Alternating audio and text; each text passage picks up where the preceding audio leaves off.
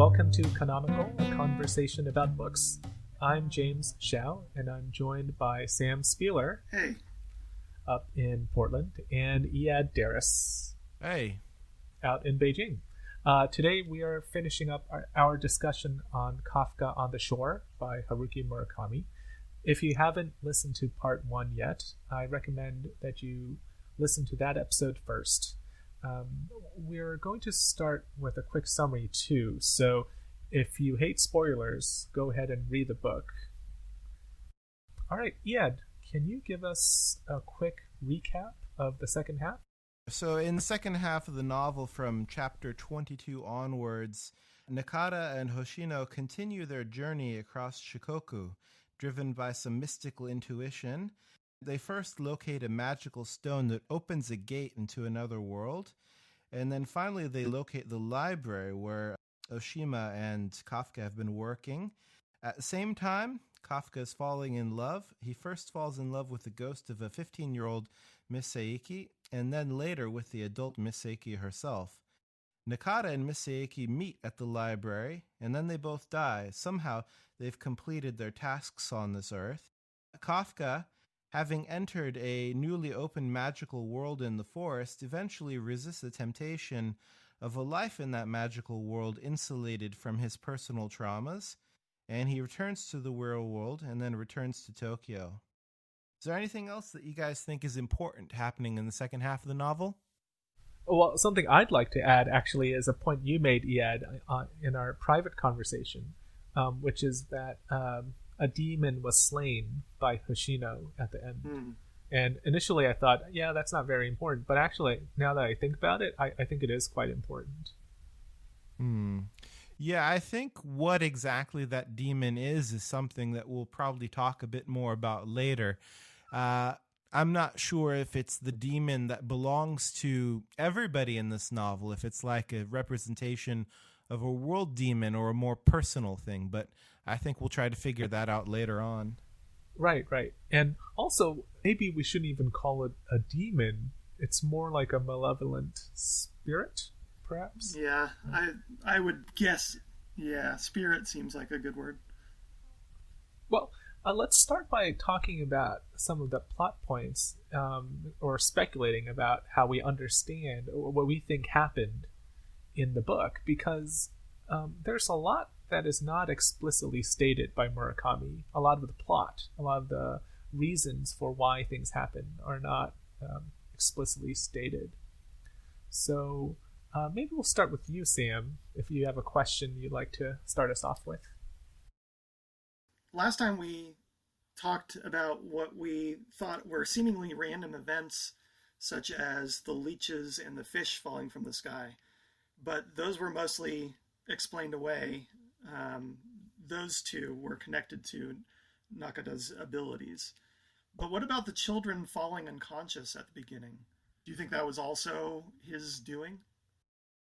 I don't think we could say it was him doing it because it happens to himself as well. I think it was something that was not connected to him at all. The way I kind of understand the book is the entrance stone gets opened periodically for different reasons, like by different people maybe. This is one of the occasions where for some reason that portal gets opened and Nakata and all these kids kind of go into a catatonic state because of the portal. So I kind of link it to the portal. Yeah, I think that the portal is related. I think that the portal, it's kind of like a traumatic event of some sort, whether it be the war in his case or his teacher beating him or later Miss Saiki's boyfriend dying. I think that those traumatic events are kind of the keys to the portal and the thing that causes the portal to be opened. Yeah, that makes sense. So it doesn't have to necessarily be the entrance stone, but there are different ways of opening up this kind of portal to the spirit world. Is that what you mean? Yeah, I think that the stone being a stone in the main body of the novel is one particular instance of it, but I don't think it has to be a stone. I think that it being a stone is just there for our minds to understand it. I think that later in the novel, Colonel Sanders talks about this a little bit. Basically, these things are substantiated. They take form just so that our minds can kind of understand them, but they don't really have any sort of corporeal existence. So at one time they might be a stone, at another time they might be an airplane flying in the sky. It's insignificant what form they take. It's just a different manifestation.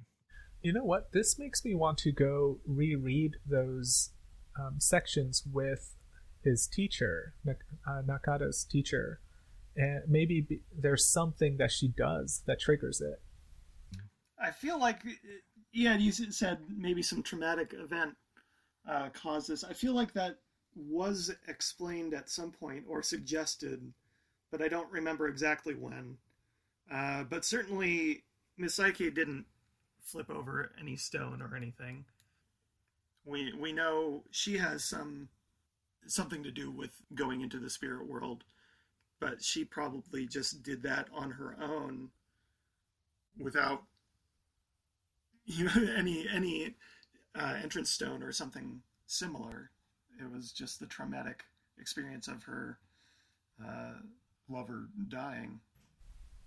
So I've got a question that I think we can't really satisfactorily answer. I think whatever we say will be pure speculation, unless you guys have a better reading of the book in this regard than I do. But my question is, do you think Kafka's father was actually Johnny Walker, or was he possessed by a spirit?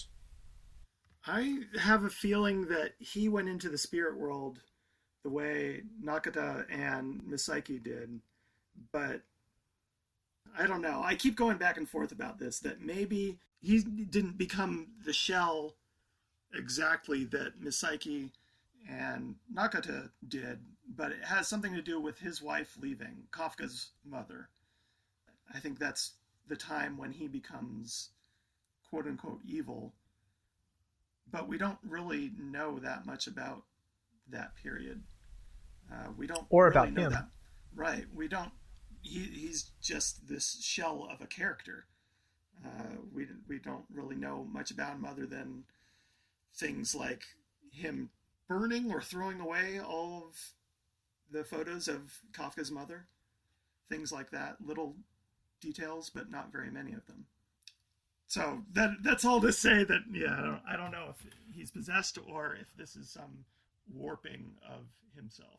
I would also suggest that this Johnny Walker avatar doesn't necessarily have any materiality for anyone else besides Nakata, because this is something that Nakata sees in a private moment when they're together, but it could be part of Nakata's own psychological limitations or his mind frame, the way he sees the world, which don't necessarily match up with anything else outside of his mind. So I think that in the novel, Kafka's father is a malevolent figure. He's kind of a villain in the novel, but whether or not he's necessarily Johnny Walker to anybody else in this world is unclear in my mind. I think the central question is, what we know to be true is the cats have been kidnapped, right? We definitely know that. But what we don't know to be exactly true, if Nakata isn't a reliable narrator, is we don't know if this being is actually eating the hearts of the cats, but we kind of take it to be true. That there is some kind of malevolent being eating the hearts of cats, because it kind of gets referred to, and if it's not true, it's kind of not a nice trick to play on the reader, I'd say. I wouldn't say... It's not something I think a writer of Murakami's character would do. Mm-hmm. I think we can take it as true based on that one section toward the end where the boy named Crow is trying to pick out the eyes of Johnny Walker in the spirit world. Because that Johnny Walker alludes to what he was doing in the real world. Right. So I think there is something real to that figure, but that kind of broke down for me. I was struggling with the same thing. What exactly is Johnny Walker? What is Colonel Sanders? Colonel Sanders says that he's just a concept, like a metaphor. But I kind of understand what both of those might be metaphors for, but I don't. It gets lost and muddled, and then you start wondering, well, is this just a convenient thing to move the plot forward? Like, how did they get the apartment? How did Hoshino and how does a concept just arrange for a magical apartment to appear? If you ask these questions, Colonel Sanders would definitely mock you. Right. Yeah. Yeah. He's actually one of my favorite characters in the book. I really like the character of Colonel Sanders. It's because of his hostility, I think. Like, he treats Hoshino like he's a moron, and he's like, I'm getting you laid, what else do you want? You know? Which makes total sense. I completely understand his rationale. I think the reason why this question is important to me is it has some bearing on the morality of the novel, because if Kafka's father was a malevolent figure, then his murder is a just murder. But if he's just being possessed, then this gruesome murder is actually horrific, right? Like, then all he is perhaps a bad father who's a bad father because his wife presumably abandoned him with his daughter. So do you see, like, that really alters the tenor of the novel for me. Yeah, I think that your reading, though, it depends on more clear-cut notions of good or bad than Murakami really wants to play with. I think that he's a representation of some sort of evil or malevolence that exists in the world, and I don't think that the presence or elimination of evil is necessarily a good or a bad thing in Murakami's mind, but more just kind of this constant state of flux in our lives, where sometimes bad things happen and sometimes bad things are vanquished. But we shouldn't really be so clear-cut with how we think about those things happening. Sure. But I think it would impact our understanding of the characters. Like, if Nakata accidentally kills a somewhat innocent man, that's quite different from him killing a malevolent figure. So that's how, I tend to believe that he was Johnny Walker, or at least I don't separate his actions from Johnny Walker's actions. So I don't look at the murder as being a, quote, unjust murder because of the cats. So you think Kafka's father was killing cats, like, of his own volition? Well, that's the thing, is the other interpretation actually, I think, doesn't have a lot of basis in fact. But what if this malevolent spirit, Johnny Walker, was actually possessing Nakata, and he's using Nakata's body as an empty vessel, and so he's making Nakata see these cats and all this gruesomeness, and then compels him to kill Kafka's father. I mean, it could happen. I don't know. He's already can talk to cats well before any of that. That seems like that would have been a weird thing connected. Well, here's a bigger question for both of you then. If we might suspect that the malevolence in Johnny Walker can not only influence Johnny Walker, Kafka's father, but also influence maybe Nakata and other characters, is all of the malevolence and all of the bad in the world of the novel different parts of the same thing, or are they different things? I see it as different things. I think it sort of calls back to what we talked about in the last episode, where in Japanese culture there seems to be a lot of these small spirits inhabiting different items or different parts of the world. I don't look at it as like one big bad. Yeah, I don't either. I don't think that they exist in any sort of ontological sense as the same thing, but I do think that they exist in terms of our minds. And I think there is a sort of moral to the story about the way that we should interpret bad things in trauma in our lives. And I think that in the sense of the way that we interpret these things, they are identical. So there are two sides to them in my mind. Let's go on to our next question then, Sam. Yeah, I've got another one. What's up with dreams in this story? Kafka wakes up covered in blood after the murder of his father, and he supposes that that murder happened in his dream. So that seems to be very real. But then there's other dreams that seem to have no bearing on the real world, like when he rapes Sakura. We find out later, I went through, after he does that in his dream, I remember thinking, okay, this is a huge shift. You reread this multiple times. That's what you're saying. Yeah. This is a huge shift in the character and the novel, and I treated it as real. And then at the very end, it turns out that no, that didn't happen at all. It was just a dream. So what are we supposed to make of dreams in this? This is a tough one because I also found that rape problematic. Shocker, I know.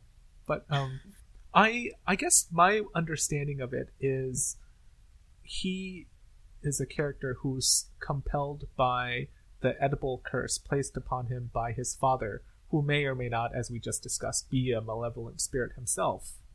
So it's almost like he's compelled to do this. But this is like a cop-out because it removes agency, which is something I really want to talk about later. But it removes agency from his actions. Like, he's doing it because he's compelled by a malevolent spirit to do it. Well, not only that, in the act of it, he says that he's claiming agency. Yeah, he says that, but I still think this is a fulfillment of that curse that's placed upon him, the edible curse. Also, just to clarify something, you had mentioned earlier that he had a dream of killing his father, but actually in the novel, he wakes up covered in blood, and he doesn't know that his father is dead until later when Oshima shows him the newspaper. So I think that these two scenes aren't really linked in that way. I guess so. It didn't necessarily happen in a dream. I think he mentions that, though. Not that he remembers a dream, but that he wonders that somehow he did kill his father. We know Nakata did it, but he does theorize about how maybe it was possible that he did the murder. And we do have his body covered in blood, so there's something there. I think that both of these instances are pointing to the theme of responsibility and maybe shared responsibility that we had talked about last time. Kafka didn't participate directly in the killing of his father, but he's still responsible for it in some way. We don't know exactly how, but the blood on his shirt, I think, signifies that responsibility. And then with the rape of his sister, even though it doesn't happen in the waking life of the characters in the novel, as we learn at the end of the novel, he does have some agency and some responsibility for it, because when he's actually dreaming it, he wants to do it. Whether or not he wants to do it because he wants to fulfill the prophecy or not, he does seem to act with some sort of agency. So I think maybe what Murakami is trying to gesture towards is a responsibility not only for the things that we actually do, but for the things that we support in some way, either by wanting to do them but not doing them, or just kind of standing idly by. So yeah, you said that she's his sister. Are you in this camp where you fully believe that she is his sister?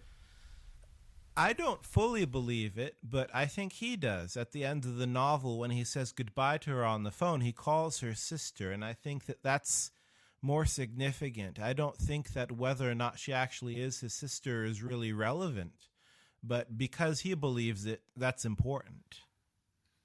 I'd agree, especially in a book that is constantly talking about metaphor and constantly saying, it doesn't really matter what really is. What matters is how you think about it. So he, like you said, he thinks of her as a sister. He's been calling her his sister, and she's been calling him brother, or that she thinks of him as a brother. Then doesn't this bother you in some way? Because it's a fairly severe, it's a big violation of social norms. Does the rape bother me? Well, that and the fact that it's his sister. Yeah, of course. Well, I'm asking Iad, because Iad, was talking about her being his sister. Well, he calls her sister after the rape dream, so there is a chance that his opinion of the rape changed at some point after he did it. Maybe he felt bad about doing it, or maybe he just realized that, in fact, what he did in his dream is not the sort of thing that is appropriate to do. I don't know, but there is a chance that he had a change of heart about raping his sister. Yeah. And the affair with his mother, do you also have any problems with that morally? Well, there's another thing to talk about if we're kind of clarifying these plot points. The conversation he has with Misaki, he says, are you my mother? And she says something like, well, I think you know the answer. So that's deliberately left up in the air. And I think in my mind, I filled in the blank with, yes, you are my mother. I don't know for sure that he thinks of her as his mother in the same way that he thinks of Sakura as his sister, but I think, yes, he does. It's just an intuition, though.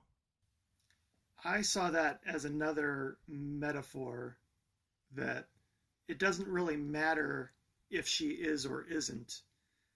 The fact that he thinks of her as his mother, that's what's important. So, do you guys have any visceral reaction to this? I don't really mind it. It doesn't creep me out. Yeah, not in the same way. To me, it was a consensual thing. They both wanted / needed it, and I think that was okay. Wow, I'm surprised. I actually found it really problematic. I mean, I know that incest porn is really popular right now, but I just think this idea of starting an affair with someone who you suspect is your mother, I just find that idea very difficult to swallow, and to think of him, the character, and her, the character, as likable. Mm-hmm. Well, unless you excuse it with the idea of fate compelling them to do it, which is how I ended up excusing it. Like, if you believe that they are fully in control of their behavior, then I find it problematic. Well, what I think makes it kind of creepy for certain people is when the attraction is based on this person's familiar relationship. I don't think he was attracted to Misaki because he thought, this is my mother, I gotta fuck her. I think he was attracted to her because he thought, oh, this is a woman who has a shared trauma. Like, she has something missing inside of her, and I have something missing inside of me, and we can kind of bond and kind of commiserate our own kind of emptiness. That's the way I saw it, and that's the way I think it was more meaningful. I don't think he really sought her out because she's like, oh, this is my mother. Right. I would agree with that. And again, also, I feel like the mother thing was more metaphorical. So, more like a mother figure, but one that he happened to be attracted to. I felt like those were two separate issues. I mean, isn't this the way that it happens in real life, too? People who have trauma tend to seek each other out. Yeah. That makes sense. That, to me, felt very authentic, yeah. Well, Well, seems like a natural ending to that. I've got another question. What do you make of the use of the occasional second-person narration with Kafka? Is it always the boy named Crow, do you think? Or is Crow like the spirit version of Kafka? Is Crow a different being entirely? One part of the book where I thought it was really interesting, the second person narration, was when he first has sex with Miss Saiki. Yes, that specifically is why I asked this. Yeah, I thought that was really interesting because it's kind of like the effect on me as a reader is it gives me a sort of out-of-body experience, or it makes me understand his experience as an out-of-body experience. Like from a craft point of view, that's the effect it had on me as a reader. It made me wonder about when he's talking with Miss Psyche later about her lover and how they're the same person. It gets really strange and convoluted, and it seems another heavily metaphorical section. But so that made me wonder, is he trying to channel the lover by using the second person? But I didn't have a tidy answer to that either. For me, just to go back specifically to the boy named Crow, I think that this is kind of one of the bigger themes, or the biggest interpretive leap that I'm willing to make in this novel. I think that a big theme of the novel is self-preservation and how people deal with trauma. And I think that this boy named Crow avatar is kind of the embodiment of how Kafka deals with stress. I think that it's important to remember that Kafka is a name that he chose. We don't know what his real name is, but he chose the name Kafka, which in Czech means crow.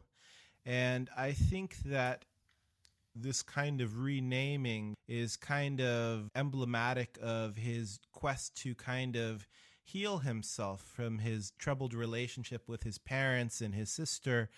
And I think that we see the boy named Crow kind of talking to Kafka at the beginning of the novel to kind of psych him up, to make him ready to leave the home, because the boy named Crow is trying to convince him to escape this troublesome situation. And then later on, when Johnny Walker / his father is trying to enter the spirit world to chase Kafka down, it's the boy named Crow, actually now a physical crow, who actually kind of does battle with him at that point. So I think that this is something that has materiality for Kafka in his mind, but it's just a representation of him trying to deal with the trauma of his family life. Yeah, I really like that reading. I think the understanding of the book as this being the story of a teenager with trauma who runs away from home because his father is, quote, evil, but more concretely, probably abusive. I think that's interesting. Let's say, for example, that it's not Miss Psyche who's actually his mother, like his actual mother, but we can conceivably understand, or we can create this kind of backstory where perhaps the mother escapes from this abusive father with her daughter to protect her. You know, I mean, I'm purely speculating here, but that is something that's totally rooted in everyday reality. It's something that happens in our world.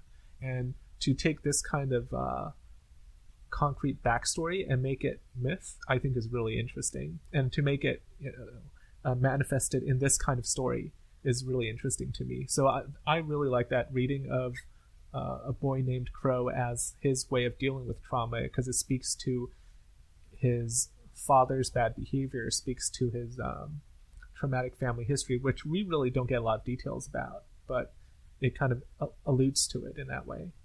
I like that reading too, and that does frame the book in a better light than I was giving it.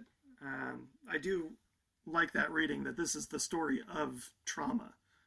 We have various figures who are all, like you said, all dealing with past trauma.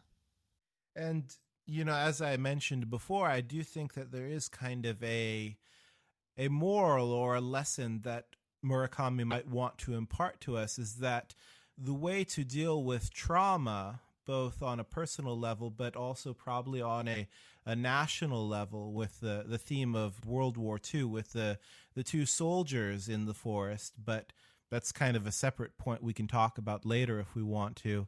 The way that Murakami seems to advocate dealing with trauma is not to kind of insulate ourselves from it and run away from it, but rather to confront it in a more head-on fashion, which is, I think, the reason why he refuses to stay in this kind of dream world, or spirit world rather, and the reason why he decides to return to Tokyo at the end of the novel. Okay, we haven't really touched on Miss Saiki. She opens the portal, right? I'm just trying to get her timeline straight because it's given to us in chunks through hearsay. But so she opens the portal, apparently.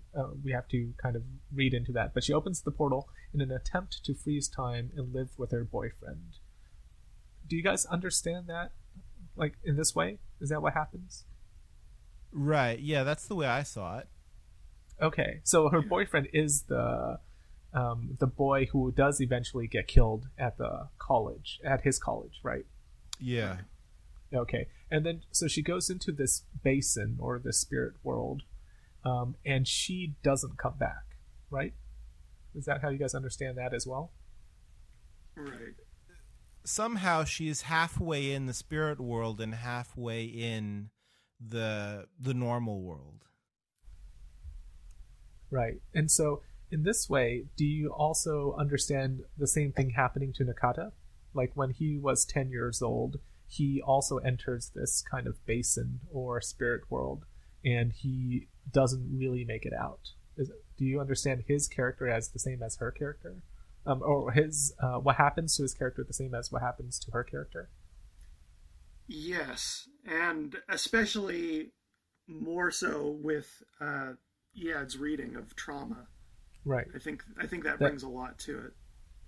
So we can read their entrapment in the spirit world as them not being able to overcome their trauma. Right. Right.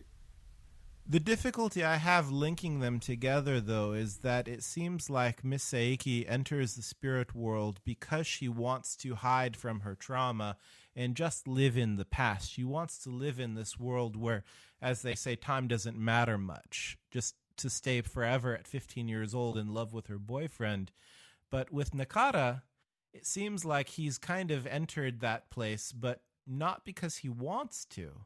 So it seems almost unfair. Well, I think it depends on the kind of trauma, though. So her trauma is a death that is important to her, that her boyfriend dies horrifically. And so I saw a reading of this where she is an interesting match for Nakata because she can only live in the past, and she is not in the present. Whereas Nakata doesn't have memories, and he can't really think about the future at all. He's stuck in the present all the time. He can only focus on what he's doing right at that moment. That's an interesting idea, yeah. Yeah, that's an interesting juxtaposition, especially if we think about how Nakata's trauma is World War II, right? Like he has to leave his hometown and go into the countryside, where he gets abused by his teacher, and his trauma has to do with external forces. To him, something external happens to him at a very young age, and so he only lives in the present, right? As a way of dealing with it.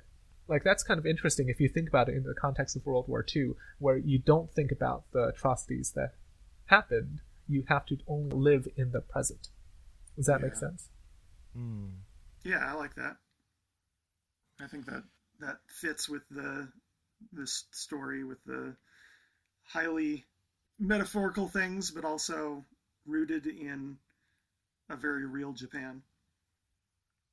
Okay, guys, I'm going to go off script here. I know it's crazy, but I have something that I just thought of. Right now, we've been talking about all of these plot points that we want to clear up and trying to understand just the basics of what's happening in this novel. I don't know if you guys saw this, but around the time when this novel was first published in Japan, his publishers actually made a question and answer website where fans could read the novel and then submit questions about what happened in the novel, and Murakami would actually respond to them.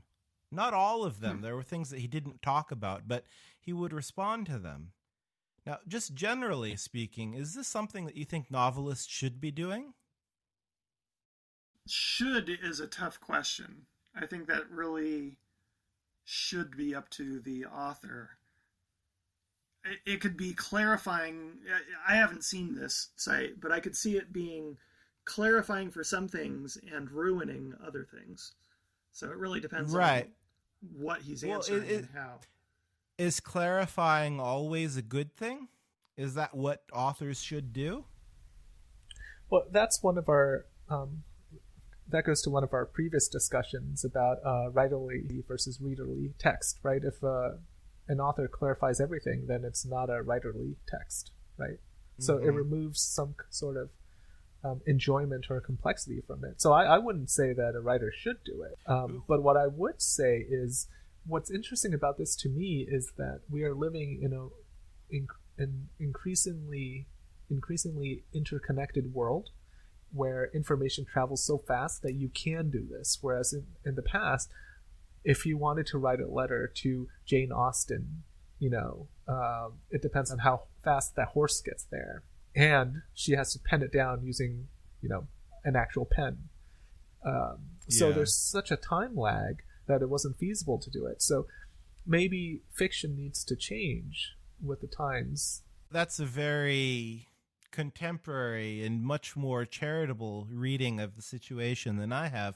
I guess I'm just much more conservative in that respect, that I feel like this kind of question and answer session on demand, first of all, I can't imagine that this was Murakami's idea. I really imagine that his publisher kind of pushed him into doing this. But I feel like it sets up an expectation for the reading public and an expectation for publishers and an expectation for novelists that this is the way that fiction should work. And I just think that it's just overall bad for the craft of fiction and for the enjoyment of fiction.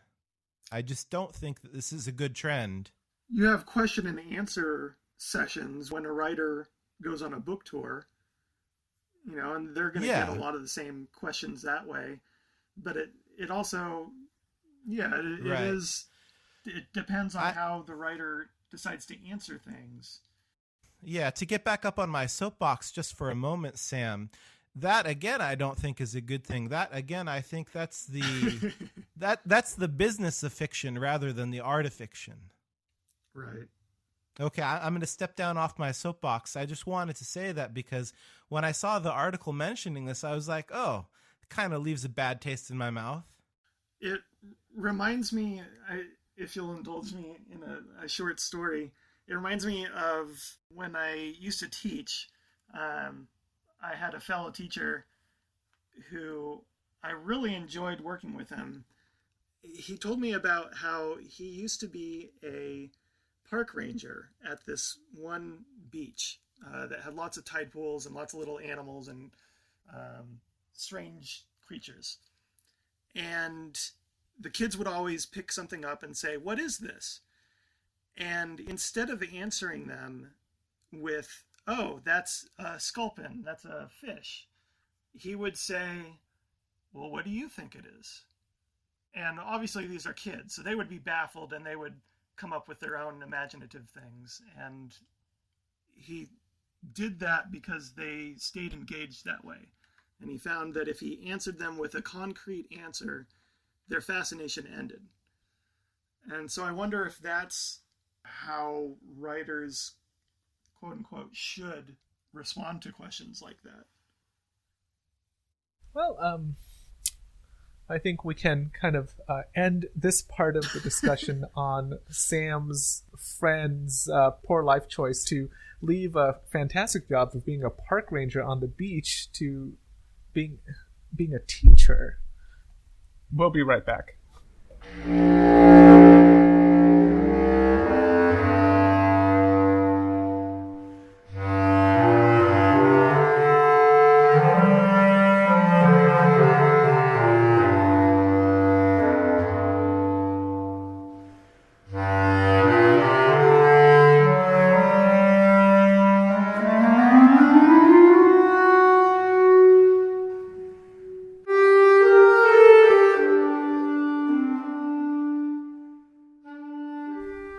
And welcome back. So, Ian, can you start off our discussion here? Yeah, so one thing I want to talk about with regards to Kafka on the Shore is whether or not the novel really needs to have a villain. How suited do you think Kafka's father is for that role in the novel? The reason why I ask, if you recall the theory that I had, the interpretation that I had previously about trauma in this world and all of the characters responding to trauma in different ways, it seems like the trauma is caused in other situations. For example, the repressed sexual desire of Nakata's teacher, or the overzealous protesters who killed Misaki's husband, or her boyfriend rather. That kind of trauma is caused by something which is kind of socially diffused. It's not really a particular person, but rather sort of an undesirable thing. But with Kafka's father, it's kind of localized in one person. Why do you think that happens in the novel? Why is it in one person? Remember Oshima's story that he's telling Kafka? I think it's the story of Genji. He tells about one concubine that gets so jealous of another that she, like some spirit part of her, starts torturing the other woman. And I wonder if there's something there in this with Kafka's father, that his trauma, Kafka's father's trauma, is centered in this seething hatred or whatever he might feel in his wife leaving, abandoning him. That okay, it comes together in this malevolent force. Well, then just to clear up the timeline a little bit, whether one thing is the cause or the effect, do you think that Kafka's father was a malevolent person before or after his wife left? Because I kind of thought maybe his wife left because he was a bad person. I don't know if we have that much information, but I think that's a fair judgment. What do you think, James? Yeah, I mean, that was the reading I proposed earlier, but I don't think there is enough evidence to say one way or another. Mm-hmm. Well, the reason why I think that's significant is because in the other two cases that I mentioned, the protesters and the sexual desire of Nakata's teacher, we can see their actions as kind of instances of something larger. We can see it not really as localized in the particular people doing these things, but more as representations of something in the world that is undesirable. But with Kafka's father and his actions, I don't really make the same connection. So what do you think is his role in the novel? Is he a villain or is he something else? This book has me twisted in circles because there's so many things that are supposed to be metaphorical, but there's also things that are supposed to be literal. And it's hard separating those, especially when sometimes they're both together the same thing. So obviously we can't take Johnny Walker literally, but his father is his father, and yet I think he might, like you're saying, I think he might indicate something larger. I think Johnny Walker and Colonel Sanders both represent something bigger. Yeah, I have a lot of trouble with trying to separate this larger aspect that might be what Kafka's father is pointing to. This is actually what I like about this book, is that you can read it in two ways. You can read it from the point of view of trauma and everything is a metaphor for trauma, or you can read it as this is a book about malevolent spirits that are present in this world, and you're just along for the ride for all these things that are happening. And in both readings, I think Kafka's father is a totem of sorts. So in the reading where it's a story of trauma, it's actually very much rooted in real life, but all this other stuff, they just symbolize aspects of dealing with trauma. In that story, then you have an evident villain in Kafka's father. But the problem is we actually don't get a lot of evidence of the perhaps abuse, though we do, I think we are given the information that he does abuse Kafka. Isn't that right? Like he has at some certain points slapped Kafka, right? I don't recall that. I definitely get the impression that he's psychologically abusive by telling his son that he has this kind of Oedipal kind of fate ahead of him in life. That's definitely psychologically abusive, but does he actually slap his son? I seem to recall that, but maybe I'm confusing that with another person. But also, the fact that he take his father's knife? He takes the father's. He takes his own watch. He takes the lighter.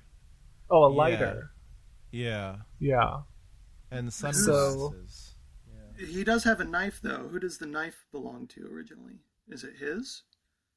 I think you're right. I thought that was his father's hunting knife or something. I forget what he calls it. So, I mean, if his father is an abusive person, then you can read a lot of symbolism into him taking away tools of abuse, like a lighter and a knife.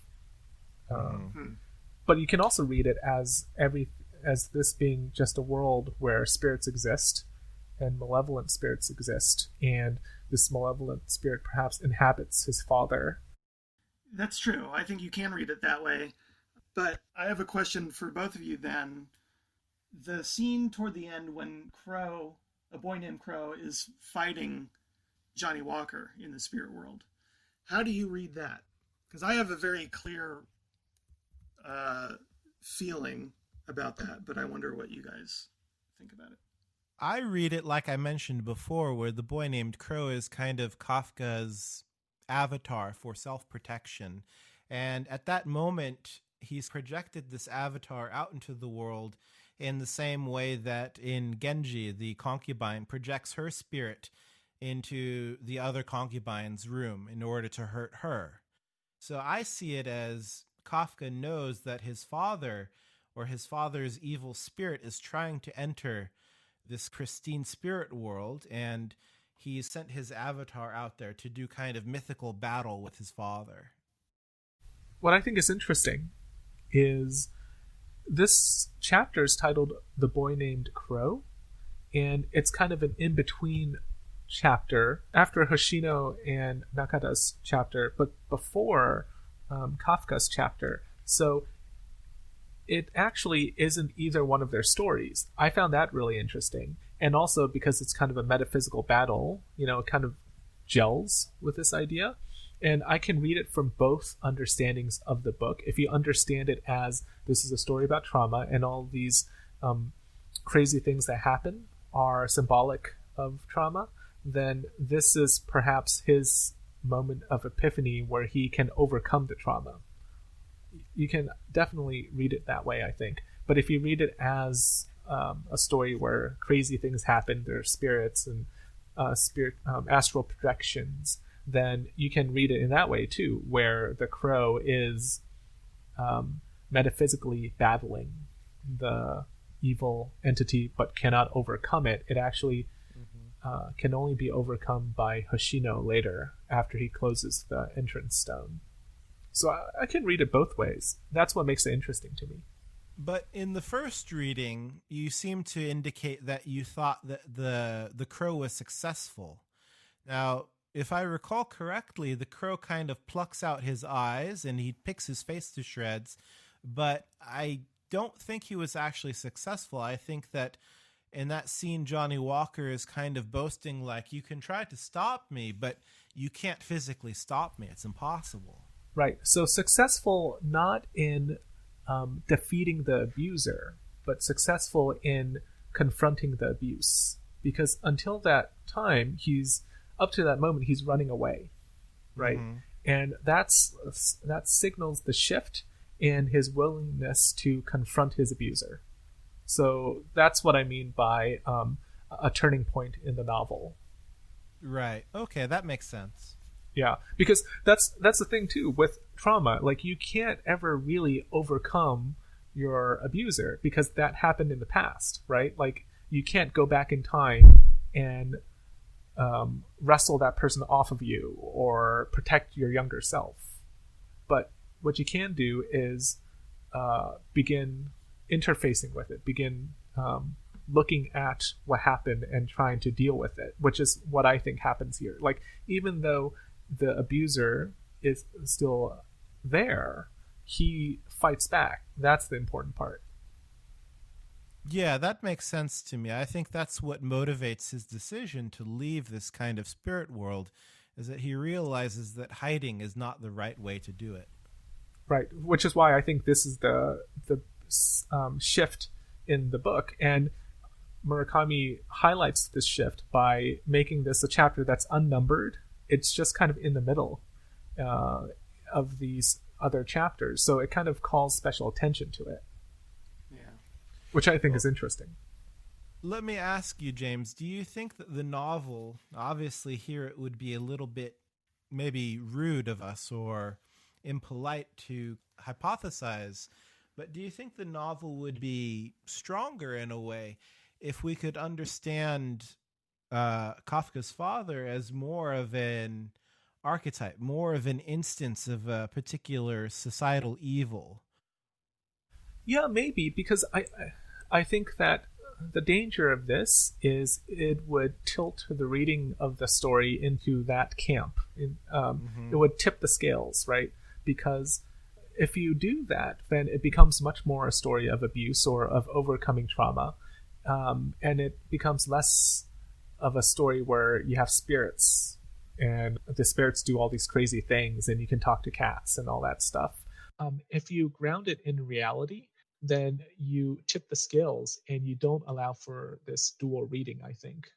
Or at least you kind of neuter the other reading of the novel. It becomes much more a story of Kafka's abuse or trauma. It's much more of a concrete realist story rather than this kind of metaphysical story or perhaps a story of magic where maybe he's not actually abusive and you can't actually say he's a stereotype of any kind, but rather he's just a malevolent force, some kind of evil spirit, which is not grounded in reality. Yeah, I think making the novel maybe tidier in a certain way would make it an easier read, but I don't know if I would even agree with my earlier suggestion that it would be better. Something I want to bring up here that might be more relevant for you two, part of the MFA set, is that one of the real joys of reading this novel is how messy it can be and how difficult to understand it can be. And I'm just wondering if you have any idea. I mean, this is obviously something that we can't really figure out because it's like his special sauce. It's his personal trade secret, but like I can easily imagine another writer trying to write something this messy and having it all fall apart. So it's like very remarkable to me that it's beautiful because it's messy, but at the same time, it doesn't fall apart, even though it's so messy. I think I'd agree with that. There were a lot of things that bothered me in this book, and I don't particularly want to read it a second time, especially not right away. But I have a feeling if I did, I would like it a lot more now that I've had the chance to think on it and mull certain aspects over. I think in reading it the first time, I dismiss too many things quickly rather than letting them unfold as they will. And especially now that we've got this reading of dealing with trauma, I really like that aspect. But you're right, James, that there are two ways to read it. And yeah, I can see another writer trying and utterly failing. I think what holds this book together is, and this is something I appreciated very much because it's hard to do, is in each chapter, even though not much happens, there's enough mystery left by the end of the chapter that you want to find out what happened. And it's difficult to do this because he switches from one character's point of view to the other and back and forth. So there needs to be enough suspense or enough of a kind of a lure for the writer to continue reading, because you kind of go from one character to the next and you're thinking, oh man, like I really want to know what happened to him. Like he's sleeping with his quote sister. Is he gonna like continue doing this? This is really interesting. Where's this going? Right? But then you switch to Nakata, and I think a lesser writer would not be able to accomplish this kind of suspense. I think a lesser writer would lose the reader and make the reader less engaged with what's going on in the story. So this is, I think, the quote special sauce for me, Iad, is the fact that it is very messy and there are a lot of unanswered questions, but there's a through line in both narratives for both characters. And when you're reading along, you are invested enough so that you want to keep on reading. And that, I think, forgives a lot of mistakes. I mean, it's the same reason why I think a lot of thrillers are popular, even if they're written badly. If the plot is good enough and if the suspense is crafted well enough, like you can kind of forgive certain aspects of bad writing. And this is good writing, so Yeah. You can forgive even more, perhaps. I think you're right about the alternating chapters, and I think that that's something that's actually maybe more Japanese than we really get, because in the contemporary Japanese publishing world, they have a much stronger tradition of serially publishing novels than we do in the West. And even when novels aren't serialized, they are published in 3 volumes or 2 volumes, which is something that's really uncommon nowadays in Western literature. And I think it's much more of a 19th century sort of thing. We think of like Victorian novels and reading the latest part of Oliver Twist in a magazine. And I think that that type of writing is something that perhaps Western novelists could learn from. Just all of these inbuilt cliffhangers and little points of suspense. I think that that's something that, you're right, he does really well. And I think that even though they aren't really cliffhangers in the traditional sense, there are points of tension and points of suspense that prompt the reader to keep going, even if things are a little bit messy. Yeah, for example, like at the end of chapter 45, he's in the valley, the basin, and he meets what we can assume, because it's not named, but it's Miss Psyche, right? Saiki.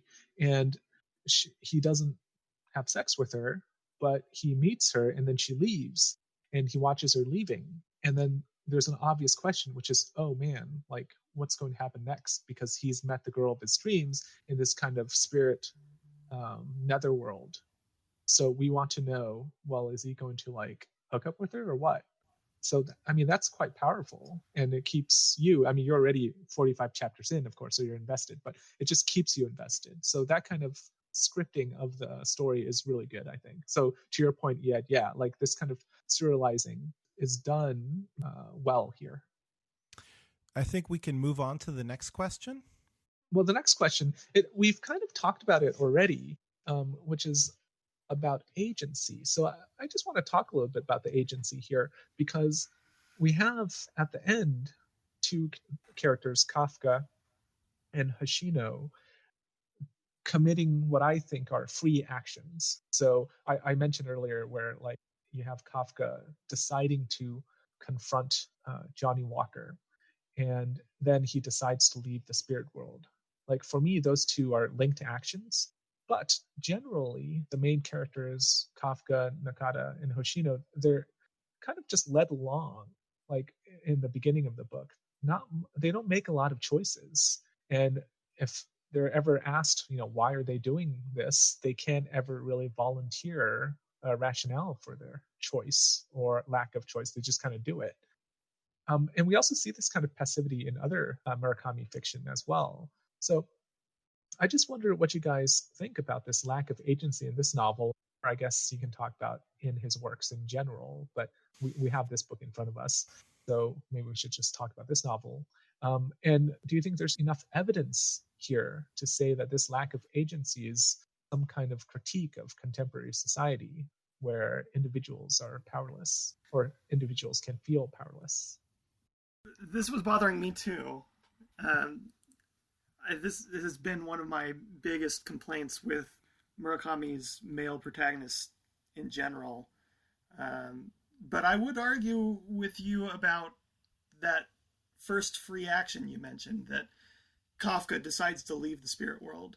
I think even then, he's prompted to do that by Musaiki's spirit, or whatever she is.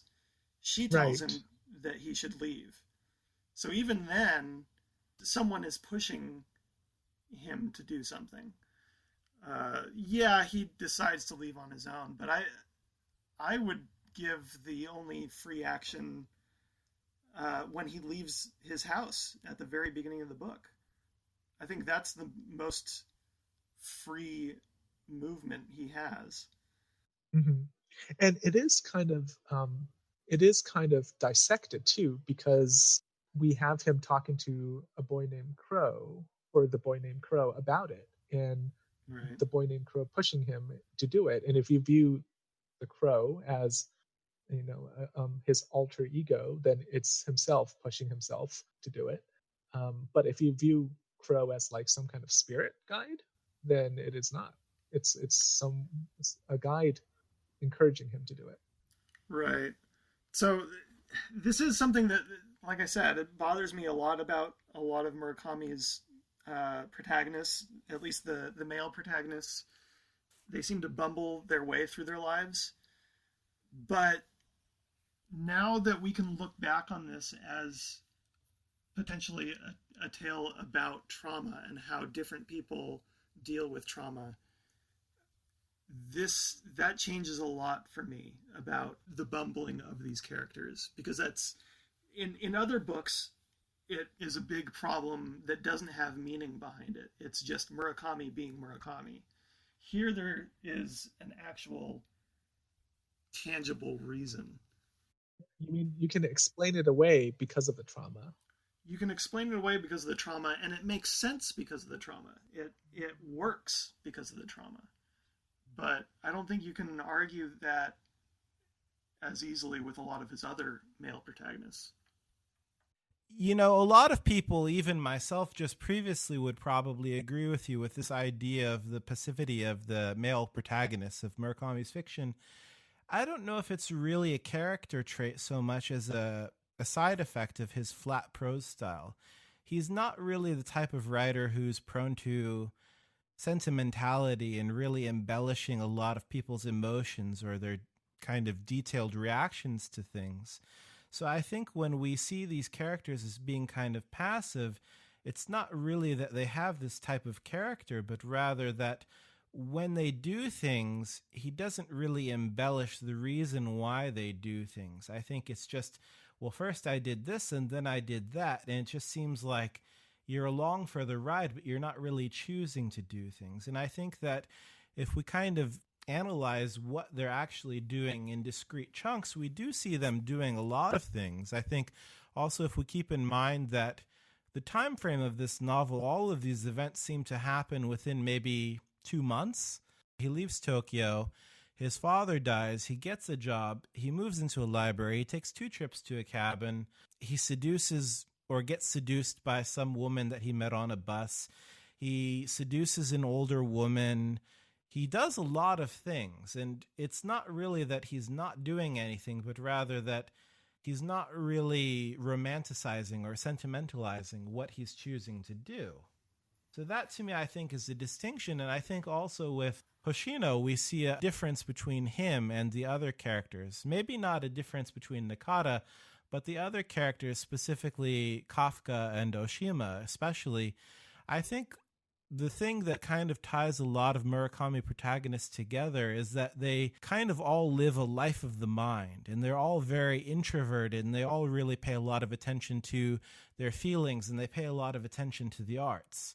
And in the novel, we see Hoshino becoming that sort of person as the novel progresses, especially when he hears the Archduke Concerto or whatever it is.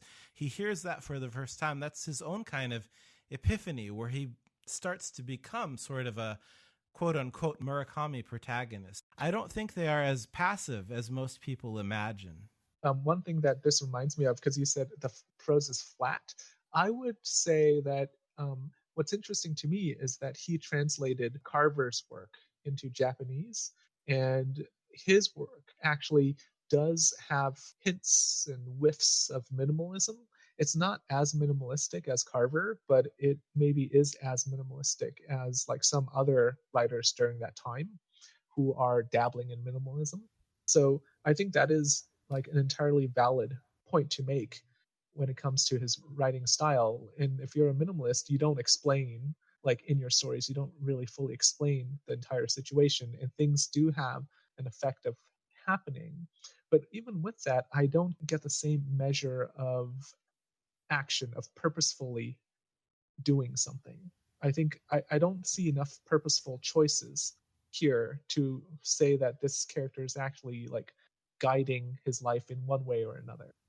Yeah, I said male protagonists because I think he treats male protagonists and female protagonists very differently.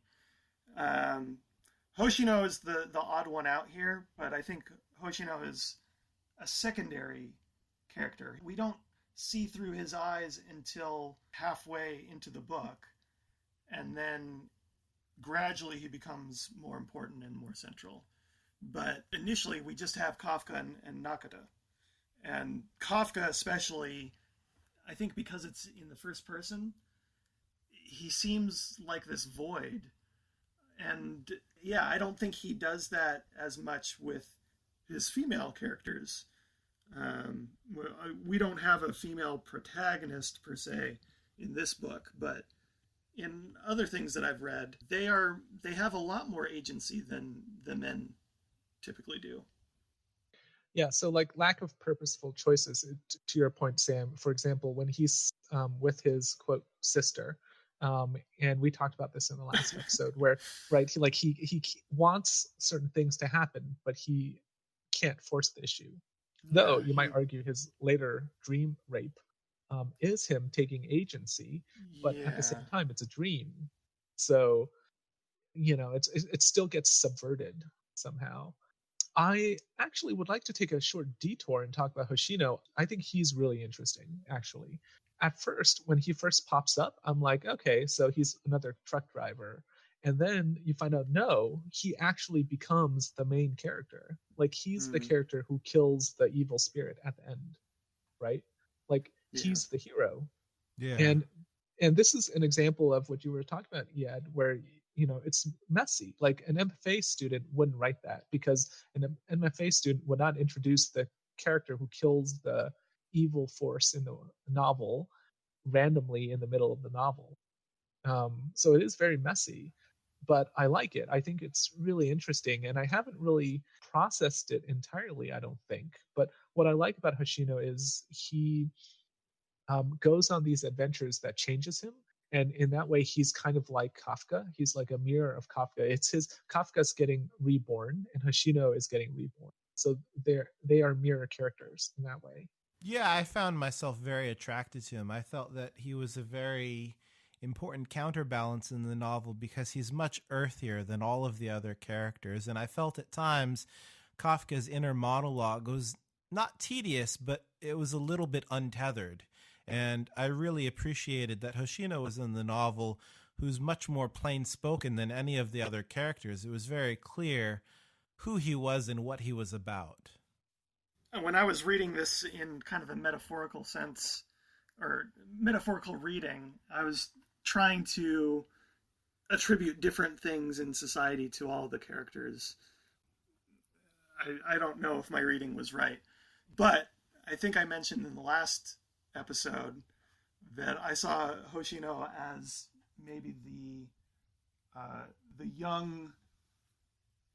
Maybe I didn't mention this, but as the youth of Japan taking over and leading the country into the future, taking over from Nakata, and I still think that there's something to that he's this youthful face that becomes the protagonist, becomes the future, and saves the day.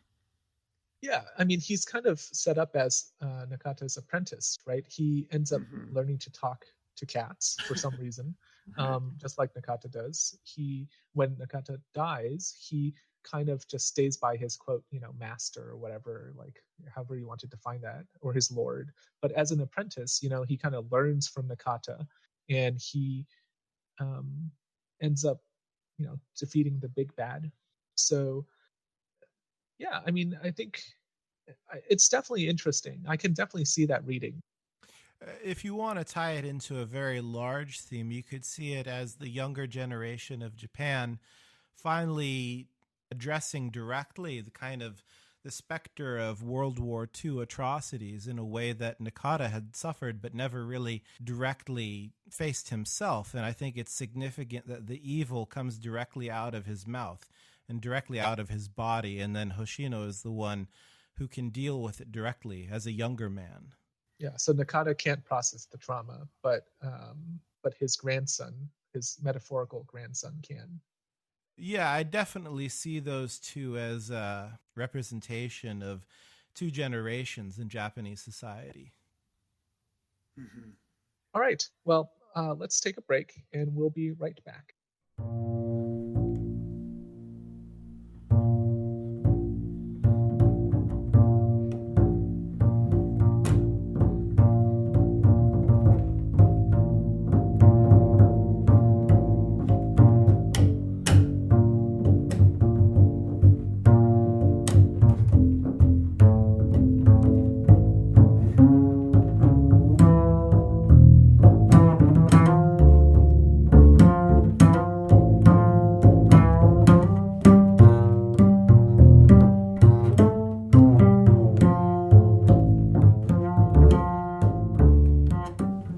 Welcome back.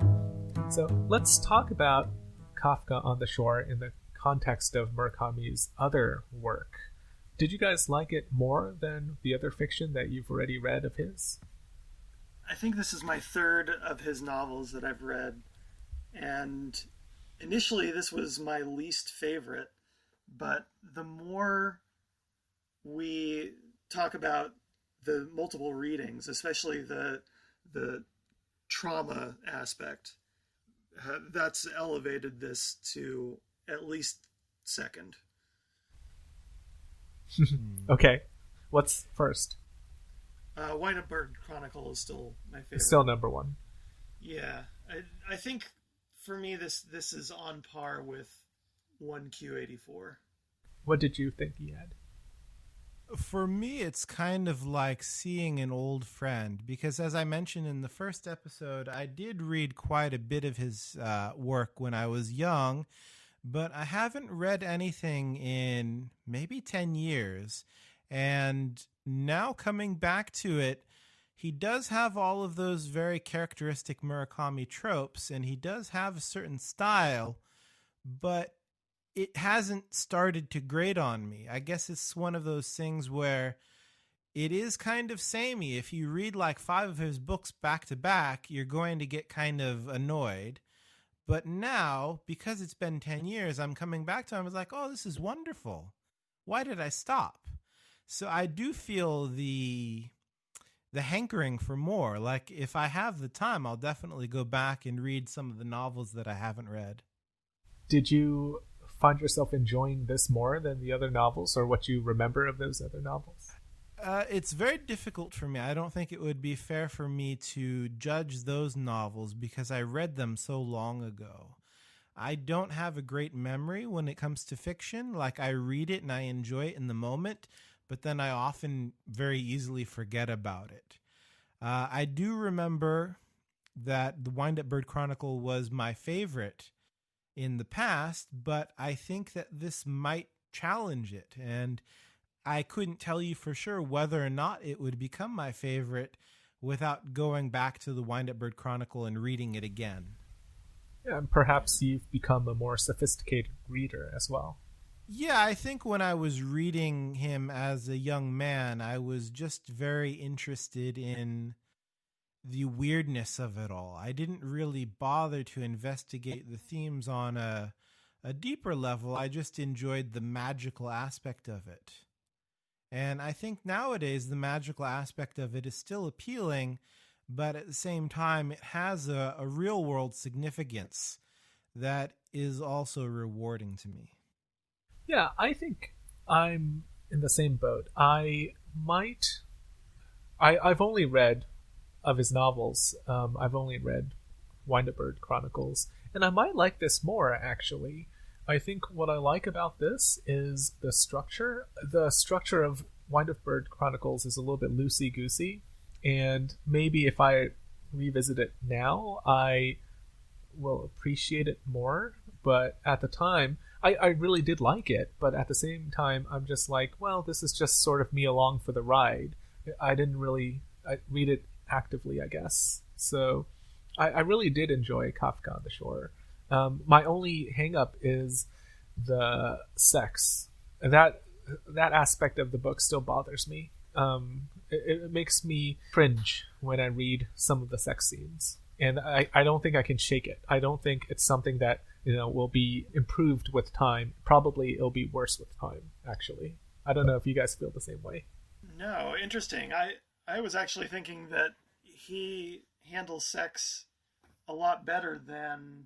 I mean, there's still some issues. There were still some cringy aspects to it, but while it's a little bit outside the scope of this podcast, right before we started recording our first episode, we read Robinson, New York 2140. Kim Stanley Robinson. Kim Stanley, thank you. Which had some very problematic sex scenes, and yeah, I think Murakami handles sex a lot better than Kim Stanley Robinson does.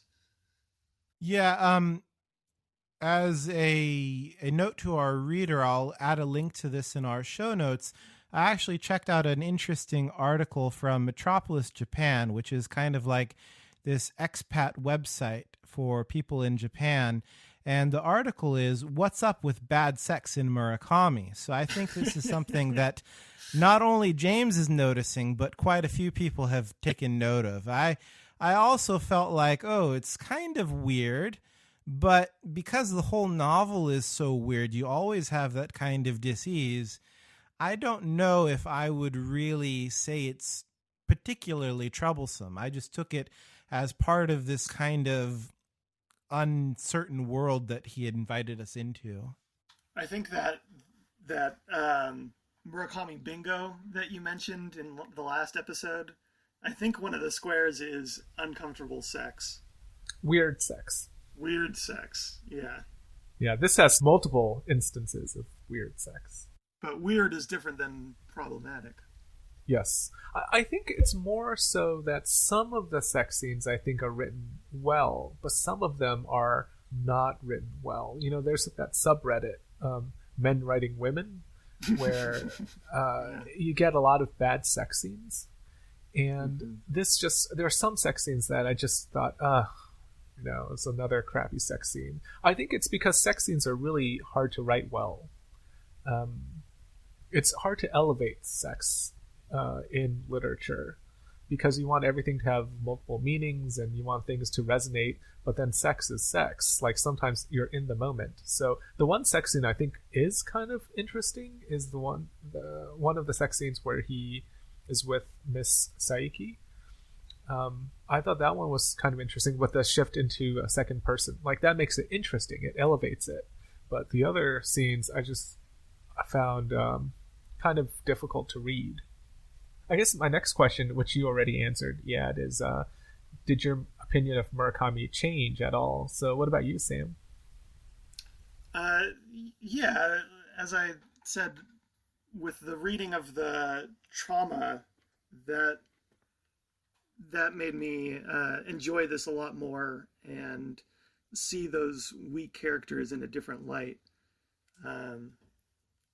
I do enjoy Murakami, and I've been open to reading more. I definitely would like to read more Murakami in the future.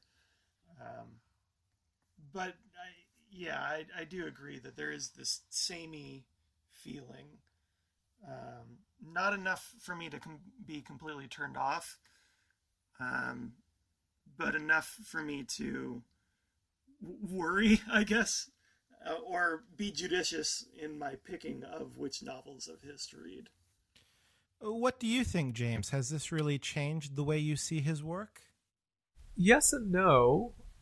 It's changed in that prior to this, I've only read Wind-Up Bird Chronicles, and I like his short stories, and I liked Wind-Up Bird Chronicles, but just not having enough information to really have grounded judgment of any sort, I think, was where I was previously. But having read this book, I feel like I have a better understanding of his work. So in that way, yes, my opinion has changed. Like, it's changed in that it's been more developed.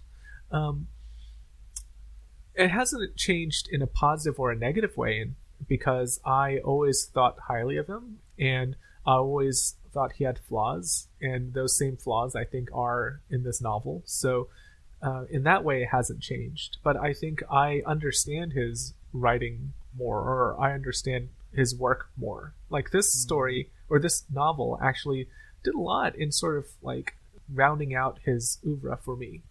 For me, my response to his entire body of work has changed. I'm not sure if it's changed just because I'm older and I'm a little bit more confident as a reader than I was when I was reading his works 10 years ago, as I mentioned. One of the reasons why I stopped reading him is I read some remarks by Kenzaburo O, who's a Japanese Nobel laureate in fiction, and he had some particularly negative things to say about Murakami. I think he never really had a very good reception in the Japanese literary world, but Kenzaburo O said that he was lightweight. And after I read those remarks, as a young man, I was very uncertain how to approach his fiction, because while I always enjoyed it personally, I didn't have the confidence to say, well, in fact, no, there is something substantial to his work. It's not just references to foreign pop culture. It's more meaningful than that. But now I feel older and more confident, and I can say that when I read this novel, I'm not able to say that it's lightweight. I'm not able to say that it's just kind of lightweight fiction that I think immediately after reading those remarks I was willing to accept. Yeah, I don't remember enough of Wind-Up Bird Chronicle to be able to speak to that, to the heaviness or lightness. But from memory, at least, this does trump both Wind-Up Bird Chronicle and 1Q84 in terms of gravity and meaning, I guess. Something more than just what's happening literally on the page.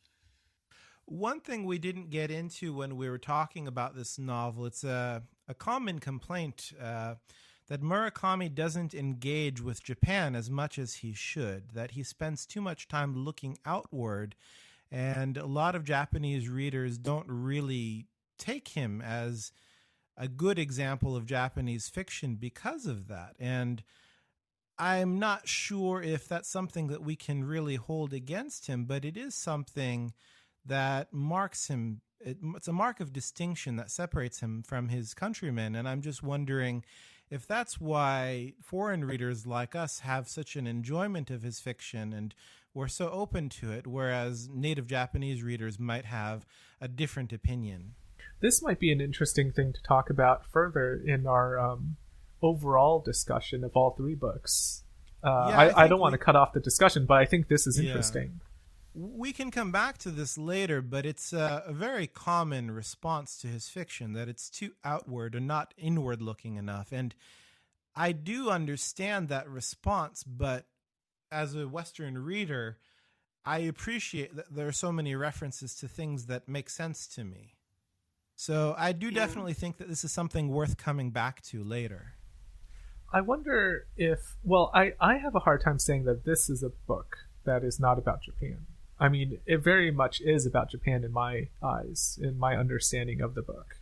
So, unless the argument is that dealing with trauma is not Japanese, that it's Western. I mean, I can see that in some ways because, in the West, people do talk about these kinds of problems more. But I don't, I mean, I have a hard time seeing this book as, quote, not Japanese enough. Yeah. I mean, if I'm fair right now, my first response to that type of criticism is that it's I'm really not only Japanese. focused. That's the first response, but the second response is that response is really only engaging with the surface level of the story. All of the music that he listens to and the brands that he likes, that's not really the meat of the story. Yeah. And I think that might be something that puts people off, in that he always refers to Western media. Yeah. In the last episode, we made reference to a couple interviews, and I don't remember which one it is. I think it's the 2004 interview, Ed, that you referenced, the one that came out as this book was coming out, whenever that was. Yeah, that was in 2004 in the Paris Review, I believe. Yeah, I think it was that one where they talk about that, how he talks about how he spent a lot of time abroad and returned to Japan and realized that he wanted to focus more about Japan and about Japanese things. And I think it possibly is his response to that kind of criticism. We didn't talk about it too much this episode, but I think there are a lot of things in this book related to World War II and to the country's evolution since then. And yeah, I think even though that might be below the surface, it's definitely there.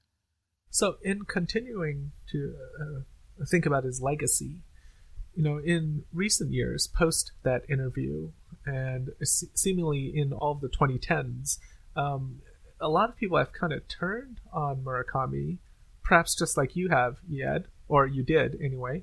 And there have been a lot of articles written about how people have fallen out of love with Murakami's work. So do you think that this is a downward trend that'll continue, that people will continue to sort of fall out of love with his work? Or do you think there might be some kind of resurgence? The first thing I would say is that he has a split fan base. And I think that there are a lot of people worldwide who fell in love with him specifically because of Norwegian Wood, which is not really representative as fiction in general. It's a realist novel that's much more concerned with love than anything else. And I think that while it's a charming novel in its own right, I think that if they start reading that novel and then they come to a novel like Kafka on the Shore, I can't help but imagine they're going to be perplexed and perhaps underwhelmed. I think that he wrote that novel to gain an audience, but he didn't really rationalize, or he didn't really reckon with what that audience was going to do with him when they finally read his other novels that are much more surreal and much more magical and messy. So I don't think that those people will stick around. I think that those people probably stopped reading him some time ago, but I'm not sure if this kind of falling out of favor that you mentioned is really happening, because when 1Q84 was published maybe 8 years ago at this point, I recall it being quite a big success. A lot of people were talking about it. The latest novel, what is it, Killing Commendatore, I don't recall it being as well received or as popular at the time, but I don't think it's gotten any real negative press as far as I know. I guess we can link in the show notes for our listeners some of these articles. A lot of it, I mean, they are written by people who are literary. These are critics, other writers, who kind of bemoan the fact, of his sameness, and also that he seems to have lost some of that magic, as we were talking about earlier, where he ends up kind of becoming a little bit more self-indulgent. And I haven't read these novels, so I can't say for sure. But that's a common critique that I've seen. So do you guys think that he will continue to have widespread appeal in the decades to come? Will people still read his books? Absolutely. I think so. Yeah, without a doubt. I wonder, I mean, there's so many writers that just get forgotten. I mean, especially since I think he gets categorized as a postmodern writer, right? So I can see him being on a lot of listicles where they talk about, the 10 postmodern writers you have to read, and he's like up there with Don DeLillo or whoever. But I wonder if he will actually continue to have a kind of following. I still think he will, yeah. He's not as heavy a hitter as, say, some of the modernist people before him, but I don't know. I think he's got a foothold in literature, and I think it'll stay there for quite some time. Would you guys, either of you, ever teach Kafka on the Shore? I would, but it's a very difficult book to teach. You'd need to have a lot of time, and you'd need to have a very, very advanced set of students to work with, because I don't think it's something that's easy to pitch to a general audience.